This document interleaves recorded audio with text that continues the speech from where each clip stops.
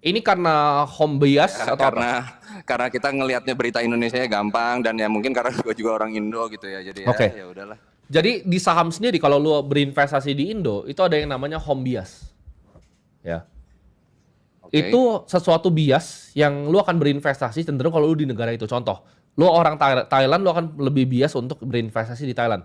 Tapi kalau kita lihat secara Betul. global all cap, Indonesia tuh 0,1% dari global punya liquidity. Ya, jadi Oke. jawabannya kalau lu orang di Australia, gua akan sarankan lebih portofolio yang di luar negeri Setuju. sebenarnya dibanding di Indonesia. Boleh di Indonesia, tapi porsinya tidak sebesar ini, gitu. Dan ini sangat mencari alfa. Kalau misalnya lu cari dari IHSG ini lu sangat nyari alfa nih. Gue kasih contoh ya. Indonesia memang kalau lu invest di indeksnya itu nggak selalu bagus. Misalnya lu main pure beta play, let's say lu beli reksadana indeks di Pevindo iGrade atau di Serikahati. Itu akan lu ketemu betanya satu tuh.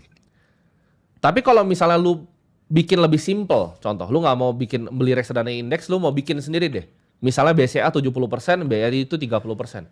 Kalau lu memang percaya sama negara Indonesia, gua akan saranin seperti itu aja. Misalnya BCA 70, BRI 30. Itu gua nggak usah ngitung kira-kira betanya 0,6 sampai 0,8. Udah dekat lah itu ke satu. Jadi lu nggak nyari alpha yang porto lu bisa swing tinggi karena lu kan nggak professional investor. Ya. Betul. Jadi dari situ menurut gua kalau memang lu percaya banget nih sama atau enggak tesis lu tadi bukan karena sering lihat berita di Indonesia, itu kan home bias tuh. Kecuali tesis lu adalah lu lihat emerging market ini masih underpriced. Itu boleh lu main Indo. Tapi kalau enggak, mendingan internasional. Nah, dari internasional sendiri itu bisa dibagi jadi dua sebenarnya strategi investasinya.